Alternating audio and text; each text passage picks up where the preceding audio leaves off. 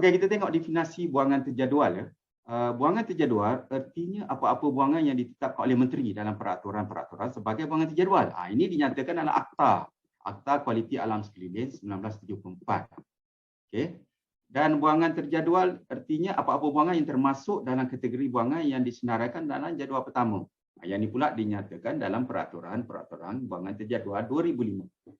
Kita dalam akta pun dah dinyatakan, dalam peraturan pun ada. Maknanya buangan terjadual ini sesuatu yang serius untuk kita ambil tahu.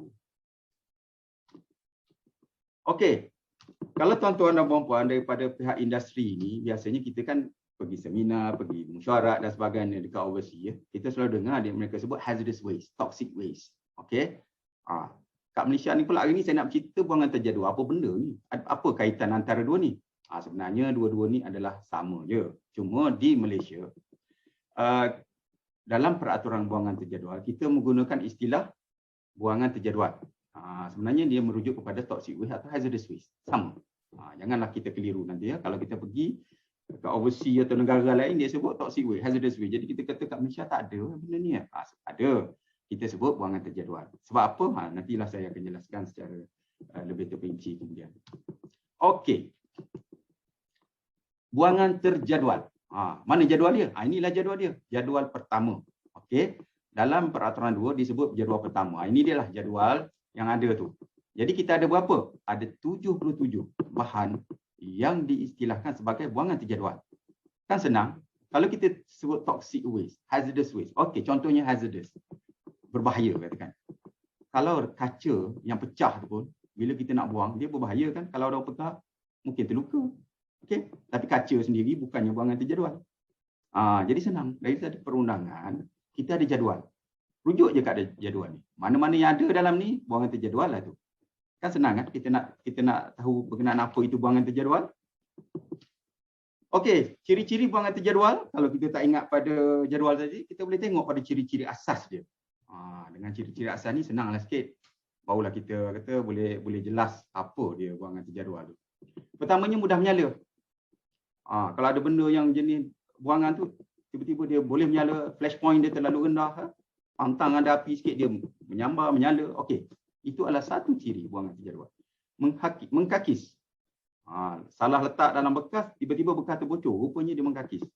Okey, jatuh atas satu-satu permukaan material lain pun, kita tengok dia berasap, dia mengakis. Pun itu adalah salah satu sifatnya. Toksik. Ini lagilah kalau dah toksik tu, contohnya apa yang terjadi dekat Johor dulu kan. Toksik dia tu menyebabkan tak nampak, tiba-tiba tumbang orang tu. Sebab dia punya gas yang dilepaskan daripada buangan terjadual tu amat-amat toksik. Keempat adalah mudah bertindak balas.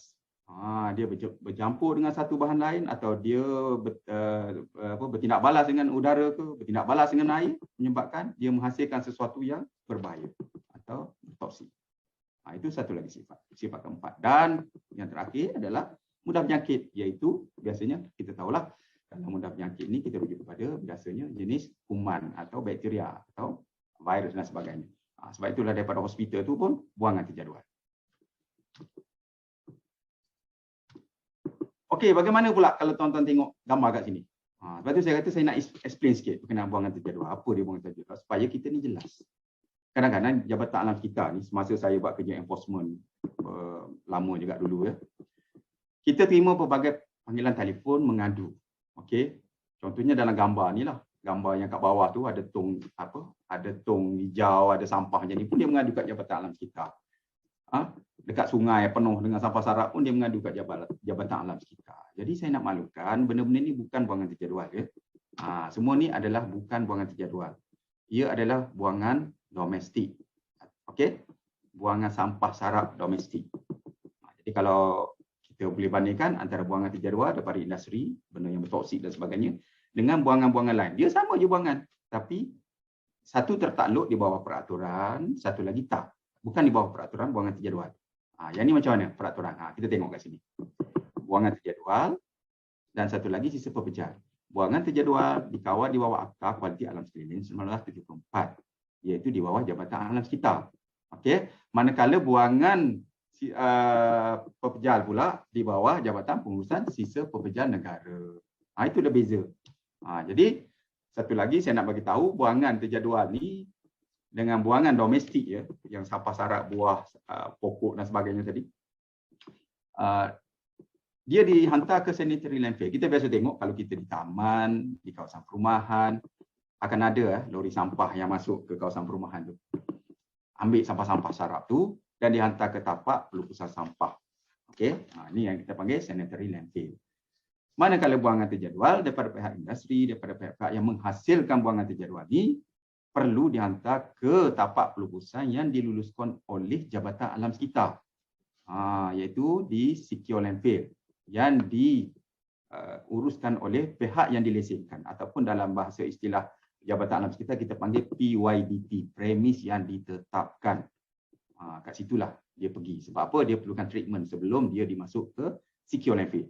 Dia bukan pergi dump macam domestic waste. Kita tengok kalau kita ada kesempatan pergi tapak pelupusan sampah ni, macam mana dia dump, lepas tu dia timbus. Tetapi kalau buangan terjadual, dia perlu ada treatment dulu. Barulah dia boleh disimpan di dalam kubur. Saya panggil kubur je secure landfill ni. Sebab kat situ besok tak ada siapa boleh buat rumah apa pun. Itulah tapak selama-lamanya buangan berada kat situ. Okey, kat Malaysia pun banyak ya. Ada kejadian-kejadian di Malaysia ni pun, bukan tak ada. Bukan kita kata overseas sana ada, kita nak cerita negara orang. Negara kita pun ada. Kita tak nafikan lah sebab benda ni. Sebab itulah kita adanya peraturan. Okey. Dan 1995 kita tengok 41 tong drum potassium cyanide. Cyanide, bila sebut cyanide ni kita tahu lah kan. Banyak digunakan dalam industri pelubungan emas. Dijumpai di Pulau Pangkor. Dia daripada Penang bawa Pulau Pangkor. Tengok betapa jauhnya dia mereka bawa buangan untuk dilupuskan. Pada Jun 2004, 12,000 tan. Banyak 12,000 tan. Sisa toksik dari Taiwan ditemui di kilang membuat bata di Johor. Ini salah satu kes yang famous tahun 2004 tu, kalau siapa ingat lagi lah. Okey. Dibawa daripada Taiwan, bukan dekat-dekat tu, negara lain bawa masuk. Okey. Dan Januari 2006 kita tengok adanya kes gas amonia daripada 300 tan sisa amilan oksida yang dilupus secara haram di Labis Johor. Kita tengok macam mana. Okey. Okey, gambar yang ni, gambar yang pertama ni, kalau kita tengok ini adalah kes daripada Taiwan. Banyak, sama yang kedua ni sama. Dia bawa ke sini, nasib baik tak sempat dibuat bata dan sebagainya. Kalau tidak, buangan terjadual lah kita duduk dalam rumah atau bangunan yang dibuat daripada buang hazardous waste atau buangan terjadual. Okey, yang kat bawah kita tengok macam kes dia lapis, macam mana dia tanam ya. Bila hujan, aluminium dross akan terhasillah gas amonia. Jadi orang kampung kata kenapa pening, kenapa bau kuat sangat ni, boleh tumbang ya. Ini bahaya sebab pertamanya kesedaran, pengetahuan berkenaan dengan pengurusan buangan terjadual tu tak begitu baik di kalangan orang-orang industri sendiri. Kita bukan nak nuduh, tapi sebab masa tu. Jadi sekarang ni kita dah ada peraturan, dah ada kaedah bagaimana untuk menguruskan buangan ni melalui orang-orang yang terlatih, yang kita panggil sebagai orang yang berwibawa. Okey, competent person, senang sebut, competent person, CP. Okey. Tengok dari segi perundangan ya, tuan-tuan. Perundangan dalam pengurusan buangan terjadual ya. Akta Kualiti Alam Sekeliling 1974. Dia ada 51 seksyen. Banyaklah, ini tak payah ingatlah. Okey. Dan dia telah dikuatkuasa pada 1975 ya. Dan pindaan 2012 ada sekali kita buat pindaan ya, untuk akta ni. Dan kuatkuasa pada Januari 2013. Dan dalam bila keluar ada akta ni, kita keluarlah peraturan, iaitu Peraturan Kualiti Alam Sekeliling Buangan Terjadual 2005 yang mula berkuatkuasa pada April atau dengan lebih tepat lagi 15 April 2005. Berapa tahun dah tuan-tuan? Lama kan? 2005 sampai 2015, 10 tahun. Ni dah 2021. Okey. Dah berbelas tahun sebenarnya, dah lama. Jadi saya rasa tidak ada alasan atau sebab kita tak tahulah ya. Tambah kita pihak industri ni bila kita nak buat kilang pun banyak kita minta sokongan, surat sokongan atau apa-apa daripada Jabatan Alam Sekitar lah ya. Kelulusan, bila ada peralatan, kawalan dan sebagainya. Jadi benda ni sepatutnya kita tak orang kata bukan aneh atau bukan alien lah untuk kita tahu semua. Okey, saya pergi kepada sedikit berkenaan dengan seksyen 34 dalam akta tu. Ini antara yang kita kena be careful lah ya, supaya kita tak melanggar seksyen 34 ni. Okey. di mana mana-mana orang yang melanggar seksyen ini adalah melakukan suatu kesalahan dan apabila disabitkan boleh dihukum penjara selama tempoh tidak melebihi 5 tahun dan hendaklah juga didenda tidak melebihi RM500,000. Maknanya hukuman di sini adalah mandatory. Mahkamah tak ada pilihan. Bila dituduh di bawah kes buangan terjadual ni, biasanya kami akan tuduh bawah 34B. Maknanya kalau disabitkan kesalahan, walaupun 1 hari, 2 hari ke seminggu ke sebulan, kena juga penjara. Dia tak timbul istilah didenda sahaja, tak. Mahkamah tak ada pilihan sebab ini mandatory. Mesti dipenjara dan juga didenda. Dia tak ada satu hukuman, mesti dua-dua sekali. Okey? Tapi ini kita bukan nak menakut-nakutkan, cuma nak memperingatkan bahawa tak apa, buangan terjadual ni mesti diurus dengan betul. Supaya tak jadi benda-benda macam inilah, tak diambil tindakan, dihukum dan sebagainya. Sebab kita pun jabatan kita bukan kerja kita nak saja-saja nak menganiaya atau mencari salah dan sebagainya. Kita nak membantu pihak industri, sebab itu adalah peraturan di negara kita. Okey. Peraturan buangan terjadual 2005, kalau kita tengok 2005 ni dah keluar peraturan ni, nak mengganti peraturan lama 1989 tu. Jadi mengandungi pindaan juga. Pindaan pada 2007 ada pindaan. Pindaan ni akibat daripada banyak kes-kes lah masa tu. Ada kes dan sebagainya, ada pindaan. Dan kalau kita tengok peraturan ni tak banyak. Kalau saya tengok balik peraturan ni cuma ada 17 je. Tuan-tuan dan puan-puan, sebagai orang yang orang kata deal ataupun berurusan dengan buangan terjadual, peraturan ni boleh tuan-tuan puan-puan download je daripada website. Ada dekat Jabatan Alam Sekitar punya website dalam PDF. Tak payah beli pun dia punya buku peraturan ni. Download, print out dan bolehlah rujuk supaya kita lebih faham dan jelas. Computer person saya rasa siapa yang dah kompeten tu, kalau tak ada yang buku ataupun peraturan ini saya tak tahulah nak cakap apa ya. Kalau siapa yang interview dengan saya, salah satu benda yang saya tanyalah. Okey, berapa peraturan yang ada? Peraturan ni tak banyak, ada 17. Kalau itu pun tak boleh jawab, susah nak kompeten tu. Okey, tuan-tuan dan puan-puan ya. Okey, kita bagi contoh buangan daripada automotive workshop ataupun workshop kereta lah contoh ya. Ini workshop saya cerita ni workshop yang besar ya, bukan workshop bawah pokok yang tepi-tepi jalan kecil-kecil tu lah. Kita cerita yang besar terus ya. Sebab kita bercerita bukan daripada segi industri ya. Tuan-tuan dan puan-puan, mungkin tuan-tuan dan puan-puan ni adalah sama ada pemilik atau pekerja di kilang. Dan di dalam kilang tu sendiri biasanya ada workshop kan untuk kita repair peralatan.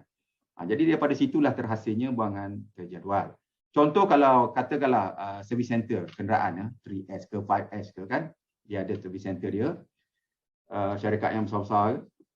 Kita tengok bila kita hantar kereta kita, dia akan buat tukar minyak, service aircon, fuel injection, clutch repair, tukar kita punya brake pad dan sebagainya.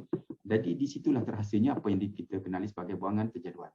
Okey, dia ada use oil, dia ada spend lubricant oil, dia ada spend hydraulic oil, dia ada spend coolant, asbestos waste, use oil filter. Okey, macam-macam lagi daripada kereta tu, daripada servis kereta tu. Kalau dia ada buat pula spray body kereta dan sebagainya, dia kan ada paint waste. Okey, solvent waste ada, nak cuci dan sebagainya. Nak cuci enjin dan sebagainya kan banyak dia guna chemical. Itu yang kita katakan buangan terjadual. Kalau industri elektronik, okey, yang buat pemasangan, yang buat produk-produk elektronik pun ada buangan terjadual ya, yang kita kenali sebagai e-schedule ataupun buangan buangan elektronik. Dalam kita orang panggil e-schedule lah, senang electronic schedule. Okey, di mana kita pakai kod 110. Ini pun banyak computer person daripada contohnya kilang yang buat aircon, buat TV, okey, buat barang elektronik yang perlu mendapatkan kompetensi daripada JAS. Okey. Kalau daripada industri kimia, of course, lagilah straightforward kan, sebab dia menghasilkan kimia. Jika ada yang off-spec yang mana dia nak buang, hendaklah diuruskan sebagai buangan terjadual.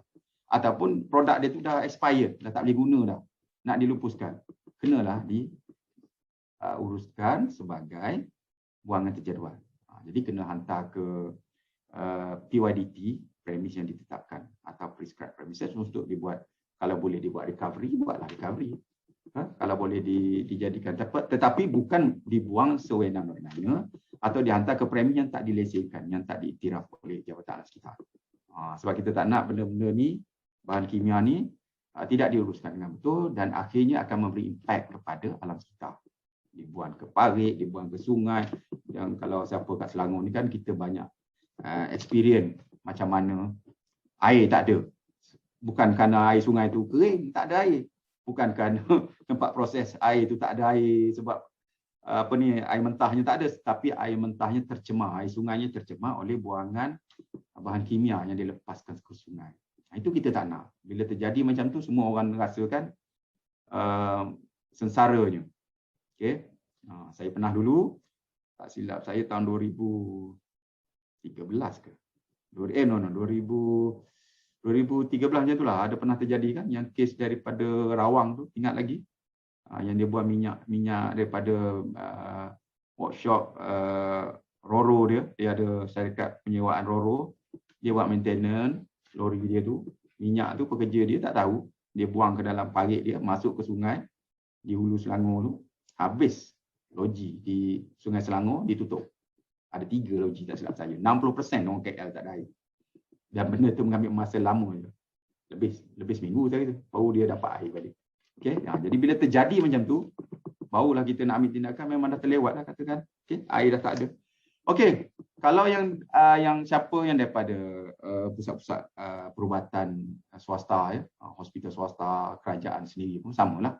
Ada juga buangan terjadual daripada ubat-ubat terpakai dan juga daripada aktiviti dia kat situ. Kalau ada dia buat pembedahan kan ada bahan-bahan yang dihasilkan, iaitu daripada buangan yang dijual, yang dibuang tu. Maksud dia darah, part-part badan manusia yang berpenyakit dan sebagainya itu dibuang. Itu pun nak diuruskan di bawah peraturan buangan terjadual. Kita panggil dia 404 buangan patogenik. Okey. Okey. Kita tengok seterusnya keperluan orang yang berwibawa, OYB ni dalam pengurusan buangan terjadual ni. Apa keperluan dia?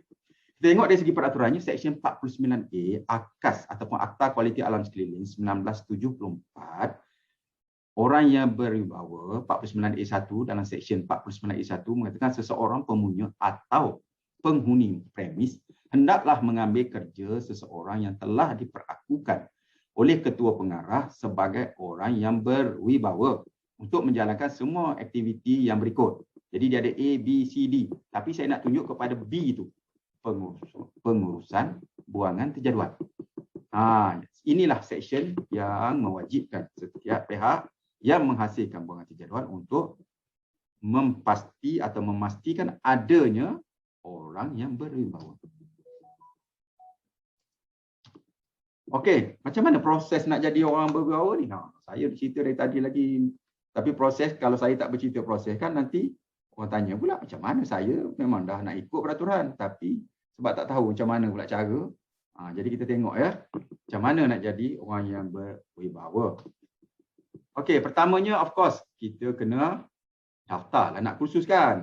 Kita kena daftar untuk berkursus. Melalui siapa nanti kejap lagi saya tunjuklah kat mana nak daftar tu dengan syarikat mana. Okey, seterusnya kita menghadiri kursus. Dah daftar kursus. Lepas tu adanya dalam kursus tu ada penilaian. Okey. Penilaian tu peperiksaan sama ada multi choice, ABCD ataupun practical hands on pun ada. Okey. Habis je kita periksa, kita dah lulus, kita akan dapat sijil sementara. Nanti saya tunjuk sijil dia macam mana. Lepas tu kita dah balik ke pejabat kita, ke syarikat kita kena buat engagement dengan pihak pengurusan. Engagement bukan bertunang dengan pengurus kita, bukan. Engagement itu adalah kita memastikan pihak pengurusan bersama kita melaksanakan apa yang patut berdasarkan peraturan. Sebab dulu kita tak tahu. Bila kita dah pergi kursus, kita dah tahu. Oh, rupanya kami kena buat ni. Dekat premi kena ada ni. Kena buat tu, kena buat ini. Kena libatkan pengurusan. Jangan tuan-tuan pergi, tuan-tuan nak jadi komputer person, balik pun sendiri-sendiri je buat. Management langsung tak tahu. Itu yang susah. Susah kita nak melaksanakan tugas. Sebab bila management tak terlibat, kita nak minta bajet susah. Kita nak buat itu, ini semua tak dapat. Sebab dia tak tahu apa yang sebenarnya. Jadi kita kena libatkan pengurusan. Okey? Contohnya 7 EMT, 7 EMT, Environmental Mainstreaming Tool. Kita kena ada polisi. Siapa yang nak buat? Of course lah pengurusan.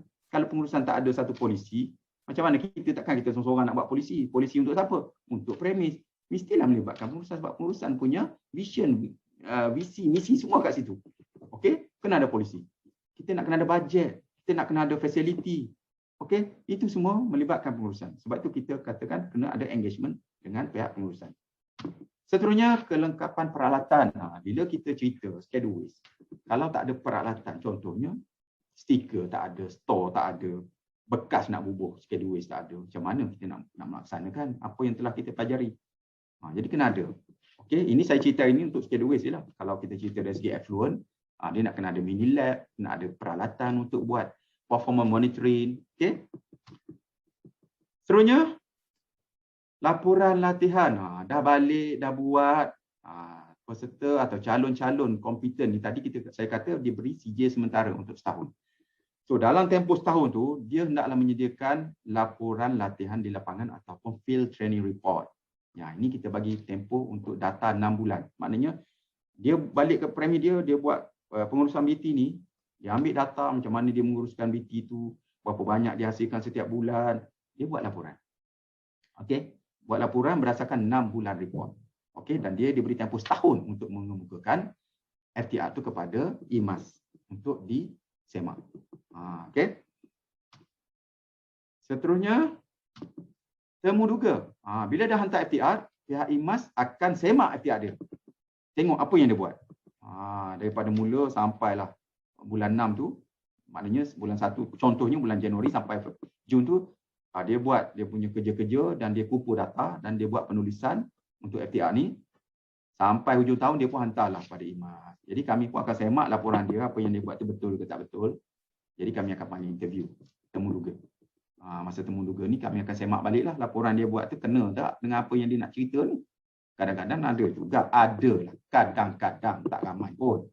Apa yang dia cerita tu tak kena dengan apa yang dia tulis. Itu kita muskil sikit lah. Kenapa lain yang ditulis, lain yang dia cerita ni. Okay. Tetapi kebanyakannya, bila dia yang buat, dia yang tulis, dia akan bercerita dengan very, very smooth, very, very good. Okay, sebab itulah experience dia. Dia cerita je kat kita. Jadi kita nak tahu dia faham ke tidak. Bila buat pengurusan tu macam mana dia buat, dia faham ke tidak, kita boleh nampak. Orang yang buat kerja ni, di lapangan, bila dia cerita, kita jelas tau, kita jelas. Berbandingkan orang yang tak buat, tapi dia bercerita. Dia tak pernah buat, tapi bercerita. Kadang-kadang dia cerita tu terbalik. Yang dahulu dikemudiankan, yang kemudian didahulukan. Okey. Seterusnya kita, bila temuduga tu dah lepas, maknanya dia ni confirm. Okey, tak ada isu pun. Bagus. Kalau tak cukup maklumat, kita akan tanya, kita akan minta dia bagi. Selepas proses sudah selesai, kita akan bagi persijilan atau kita akan bagi dia sijil. Sijil tetap atau sijil penuh lah. Kita panggil sijil penuh.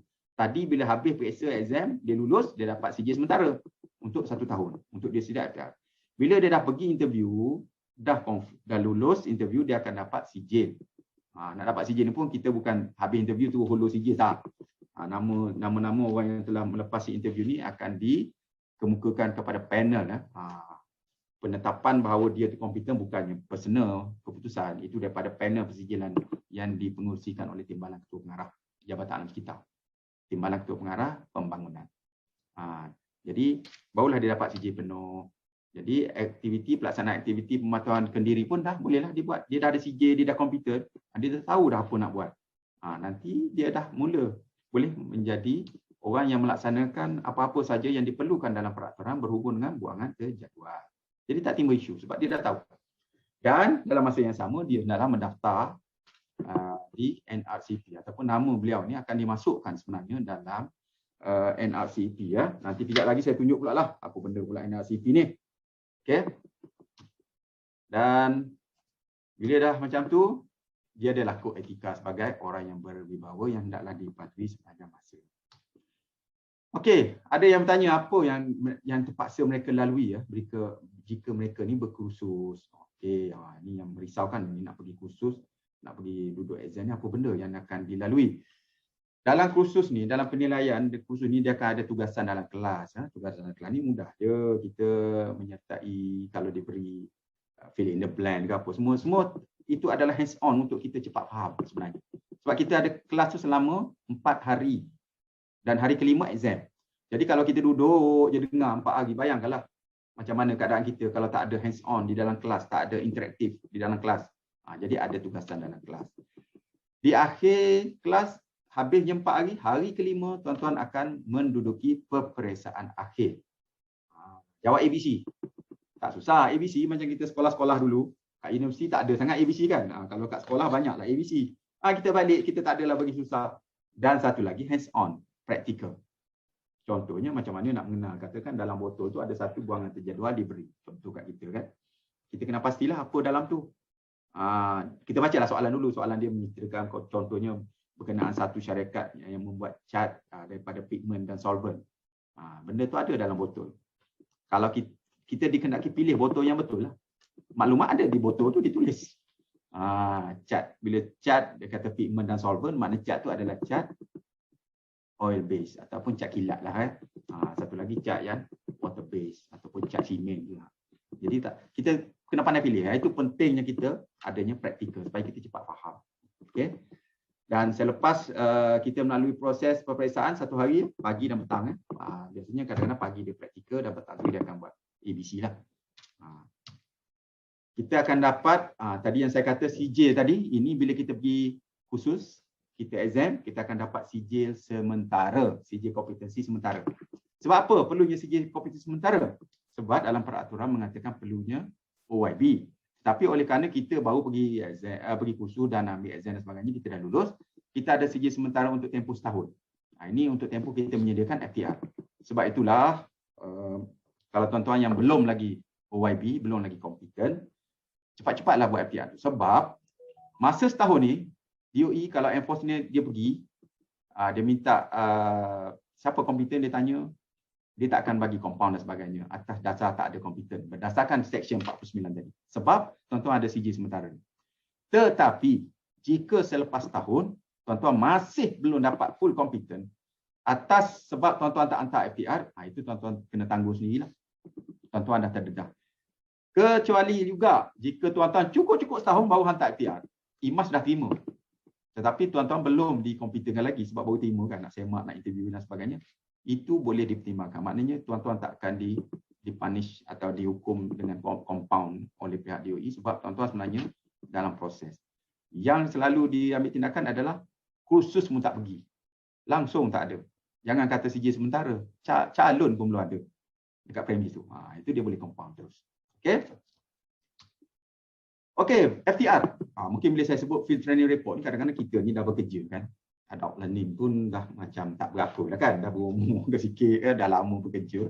Malas je ataupun bukan malas lah kita kata. Bukan malas. Kita rajin sebab kita bekerja, cari rezeki. Apa-apa saja kita sanggup buat. Tetapi kita risau macam mana nak buat FTR. Okey, jangan risau sebab FTR ni kita ada guide dia. Kita bukan bagi suruh buat tanpa apa-apa. Ada guide dia. So dalam guide tu, kita akan bagi tahu apa yang preliminary pages, apa main text dia, chapter 1, chapter 2, chapter 3. Apa nak kena masuk dalam tu. Ada semua. Tuan-tuan just follow je. Tetapi buat sendiri. Jangan minta orang lain buat. Sebab nanti interview tak boleh jawab. Selalu jadi macam tu. Kalau buat sendiri, insyaAllah bila interview smooth je boleh jawab. Kalau suruh orang lain buat, walaupun lepas tu dia baca, dia takkan sama kalau bukan kita yang buat. Itu yang selalu terjadi. Okey, syarat-syarat untuk SEC1. SEC1 ni antara 8 kursus kompetensi yang kita ada ya. Izinkan saya ambil sekejap. Okey. Antara 8 kursus kompetensi yang kita ada sekarang ni, SEC1 ni antara yang orang kata simple lah, tak adalah terlalu scientific atau terlalu memerlukan pengetahuan dalam chemistry atau matematik. Untuk mengira 1, 2, 3, tak pakai calculator pun tak apa untuk SEC1 sebab kita lebih pada pengurusan, lebih pada hands on. Kalau contohnya effluent treatment, mungkin kita nak kena lebih background kita sains tu kena jelas lah ya. Nanti kita bercerita bab bakteria, tindak balas dan sebagainya, kita tak faham kan. Tapi SEC1 ni lagi mudah. Boleh saya katakan lebih open knowledge yang siapa-siapa pun saya rasa boleh asalkan ada kemahuan. So syarat dia diploma atau degree sains atau engineering lah kalau ada. Okey, itu memang straightforward. Okey. Kalau disiplin lain, katakan tuan-tuan daripada usul lain daripada sains engineering lah ya. Mesti ada surat menyusahkan tuan-tuan dah setahun terlibat dengan pengurusan buangan terjadual. So 1 year experience kita nak. Kalau sertifikat from Politeknik or SKM tu nak yang level 3 lah. Politeknik tu biasa diploma kan sekarang ni. Politeknik tak ada masalah. SKM tu, CJ Kemahiran Malaysia, level 3. Kalau SPN, kena ada pengesahan surat daripada majikan tempat kerja mengatakan kita ni ada 3 years experience handling schedule waste. Itu tak adalah susah sangat kalau kita dah bekerja kan. Sebab sekarang ni syarikat kadang-kadang nak hantar yang degree pun dia kata ramai yang tak nak kerja, ada degree tak nak jadi apa ni penyelia store ke, tak nak jadi engineer je. Tak apalah, ambil yang SPN tapi dia ada experience. Okey, kena ada surat lah daripada company berkenaan dengan experience tu ya, pengesahan. So siapa yang patut ada ni? Pengurus pun boleh, executive, supervisor, tu saya kata penyelia pun tak ada masalah, boleh hadir. Okey. Janganlah sekarang ni ada setengah-setengah tu, kadang-kadang dia terlalu, tak tahulah kenapa masalah dia dengan pekerja ni, dia hantar yang terlalu kata macam sekadar hantar je. Jadi kesian kawan tu, bila dia masuk kelas dia tak faham. Okay, sebab dia ni memang dulu mungkin SPM pun sekadar ada, bukan nak kata SPM tu tak tahu, tapi dia pun tak minat. Okey, jangan macam tu. Hantarlah orang yang nak yang ada kemahuan nak mempelajari sesuatu tu, nak jadi computer person. Kalau dia tak minat, kesian saya. Kadang-kadang saya interview ada setengah tu siap jawab lagi, cik, tak apalah cik, gagalkan saya pun tak apa. Sampai tahap tu ya. Jadi saya agak jangan macam tu, rugi ya. Sebab ini peraturan memang kena ada. Okey, berapa fee dia? Okey, fee dia sebenarnya 3750. Tetapi ini saya letak sebenarnya ini adalah untuk bila dah termasuk dengan SST ya, 6% ya. Okey, 3750. Campur lagi 6%. Jadi 3975. Okey, jadi kat mana? Kita buat kursus ni bukan IMAS buat sendiri dekat IMAS ni. Kami dekat IMAS ni penuh dah dengan kursus-kursus untuk pegawai just sendiri. Tahun ni pun oleh kerana tak buat secara bersemuka, kami buat secara online. Sebab apa? Sebab yalah tak boleh bersemuka kan. Untuk SETSWAM ni ataupun computer person pengurusan buangan terjadual ni pun ada oleh 3 syarikat sekarang ni. Tuan-tuan boleh pilih lah, pergi dekat website kita, pergi kat IMAS, nanti tengok industrial training ataupun latihan untuk industri. Okay. Dekat situ ada beberapa syarikat lah yang kalau macam mana saya tunjuk kat sini. Wastewater ni dekat Seremban, company dia. Satu lagi Instep ni di bawah Petronas, pusat latihan petroleum Malaysia ni, atau yang untuk Petronas ni di Terengganu. Dan satu lagi dekat Shah Alam, tak silap saya, Greenwell, ada dekat Shah Alam. So 3 company ni saja yang kita appoint, yang kita iktiraf untuk menjalankan kursus bagi mendapat kompetensi pengurusan buangan terjadual atau SETSWAM. Okey. Just to recap balik, 4 hari kursus campur 1 hari peperiksaan kursus. Kita akan dapat CJ kehadiran dan jika lulus, kita akan dapat CJ sementara 1 tahun. Okey. Lepas tu balik ke syarikat kita akan buat laporan dengan data selama 6 bulan dan kita ada masa sehingga 1 tahun untuk menyediakan FTR tu. Dan hantar kepada IMAS, kita akan semak FTR, panggil interview. Kalau zaman sekarang ni, zaman COVID ni, kita terpaksa buat online lah, interview secara online. Jika lulus temu duga akan perolehi CJ kompeten penuh. Okey, ini dia contoh CJ penuh. Bila CJ penuh, tuan-tuan dapat CJ penuh macam ni, sebelah kiri ni ya, CJ penuh akan ada nama, nombor siri. Dan nama tuan-tuan akan masuk dalam National Registry of Certified Environmental Professional. Ini contoh. Ini CJ sebenar ya. CJ sebenar dan nama sebenar. Kalau type kat ni ada lah ni, dalam NR. Dan selain pada itu, tuan-tuan dan puan-puan yang full komputer ni akan diberi kad.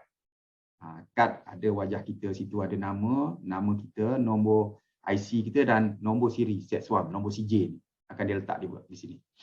Okey. Seterusnya, okey, OYB ni apa dia perlu buat untuk maintain sebagai OYB? Dia perlu mendapatkan 40 CPD hours setiap tahun bagi mengekalkan status OYB dan tersenarai di NRCP.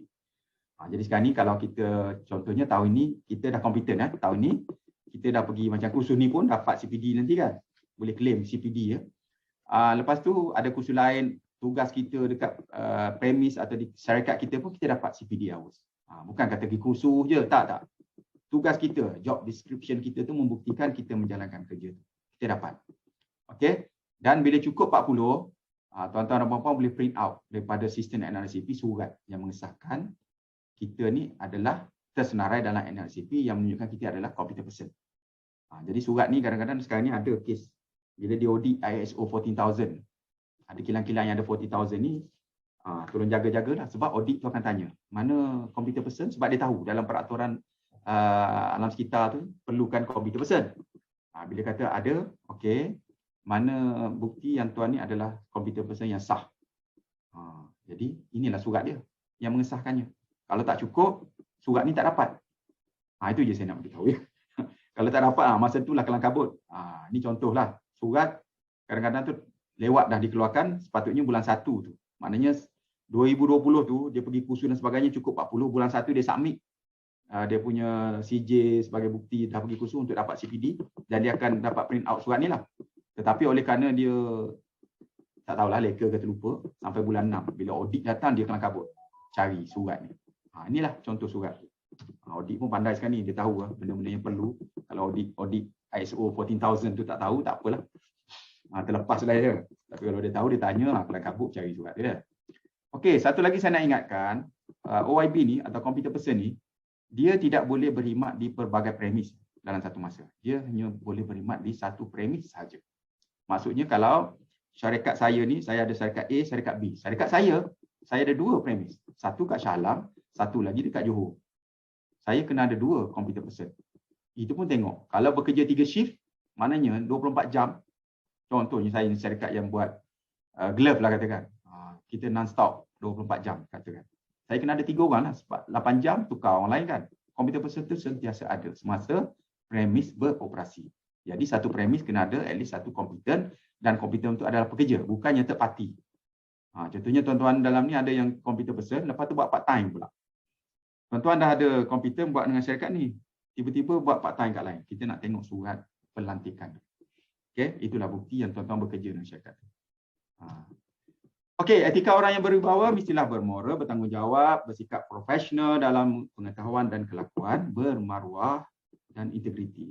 Sekarang ni sebenarnya peraturan untuk orang berwibawa ni dalam proses penyediaan. Sebab kita pun akta kualiti pun kita dalam proses sama ada pindahan atau keluar terus yang baru, dan selepas dalam itulah akan ada peraturan di mana akan keluar peraturan OYB. Sebab itu kita tak keluarkan lagi sebab dia dalam proses tu. Okey, rumusan ya. Semua pihak yang terlibat dalam kejayaan pengurusan alam sekitar, okey, hendaklah maklumnya OYB ni sebenarnya untuk penglibatan semua pihak dalam kejayaan kita menguruskan alam sekitar.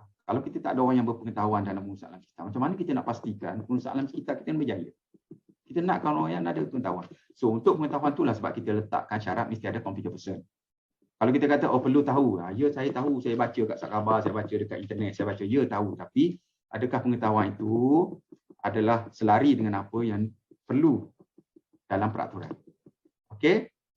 Kursus persijilan diwujudkan sebagai keperluan industri memenuhi kehendak perundangan. Itu saya kata, bila kita jadi OYB, kita dah memenuhi perundangan. Itu salah satu step pertama. Dan seterusnya, bila kita tahu, banyak benda yang kita boleh buat. Kalau kita tak tahu, itu yang jadinya buangan yang sepatutnya boleh dibuat, dihantar ke recovery, dia campak ke sungai. Buangan yang sepatutnya ada harga, ada value sebab ada pihak lain yang nak pada buangan tu. Sebab kita sekarang ni konsep kita pun bukannya cradle to grave, bukan daripada buayan ke kubur, tetapi cradle to cradle. Maknanya buangan kita daripada raw material, produk kita, buangan kita tu boleh pula digunakan oleh pihak lain. Sebab itu adanya PYDT dah banyak sekarang ni. Kalau dulu satu je kan, KA je, kualiti alam. Sekarang ni dah banyak dah yang boleh buat recovery. Kita tak nak kita pergi tanam atau hantar ke kubur. Kita nak buat recovery. Buat benda lain. Kalau boleh, selagi boleh guna benda tu, guna. Jangan jadikan buangan. Okey. Seterusnya, rumusan OYB ni adalah selari dengan kaedah penguasaan sedia ada dalam mencegah berlakunya pencemaran. Sekarang ni, kita tahulah kan, zaman IT, zaman serba di hujung jari kan. Enforcement pun macam tu. Kami sekarang ni nak tahu berkenaan premis tu, kita tengok kat internet je, melalui internet, melalui online service kita tu. Dalam data tu semua dah ada. Sebab itulah kita ada macam schedule ni nak ada notifikasi, inventory, consignment note, semuanya online. Jadi kalau kita tak selari dengan kaedah penguasaan sekarang ni, kita susah. Kita masih lagi pakai manual. Jadi nak minta supaya DOE pergi setiap hari nak check. Tak boleh macam tu. Dan kita pun enforcement bukan kerja kita nak cari salah je. Tak, kita nak membantu. Okey. Sebab itu kita mempermudahkan sistem. Tak payah lagi nak hantar hard copy pada DOE. Cukuplah dengan cara kita login, masukkan data dan kita submit. Itu dah baik dah. Itu dah cukup baik. Okey.